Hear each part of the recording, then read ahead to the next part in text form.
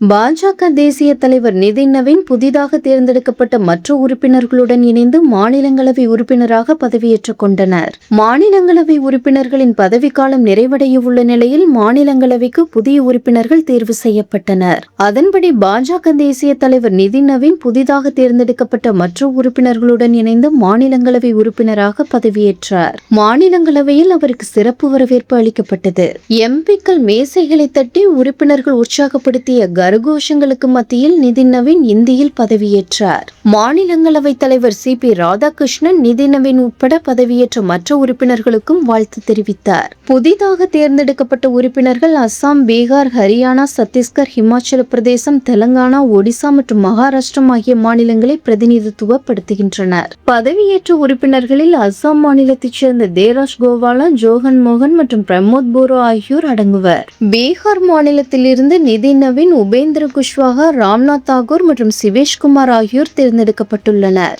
சத்தீஸ்கர் மாநிலத்தை லட்சுமி வர்மா மற்றும் பூலோதேவி நேதம் ஆகியோர் பிரதிநிதித்துவப்படுத்துகின்றனர். ஹரியானா மாநிலத்தை கரம்வீர் சிங் பர்க் மற்றும் சஞ்சய் பாட்டியா ஆகியோர் பிரதிநிதித்துவப்படுத்துகின்றனர். ஹிமாச்சல பிரதேசத்திலிருந்து காங்கிரஸ் கட்சியைச் சேர்ந்த அனுராக் சர்மா தேர்ந்தெடுக்கப்பட்டுள்ளார். மகாராஷ்டிரா மாநிலத்தைச் சேர்ந்த வினோத் ஸ்ரீவத்தாப்டே மற்றும் ஒடிசா மாநிலத்தைச் சேர்ந்த சுஜித் குமார் ஆகியோரும் பதவியேற்றவர்களில் அடங்குவர். தெலங்கானா மாநிலத்தை காங்கிரஸ் கட்சியைச் சேர்ந்த அபிஷேக் மனு சிங்வி மற்றும் வேம் நரேந்திர ரெட்டி ஆகியோர் பிரதிநிதித்துவப்படுத்துகின்றனர்.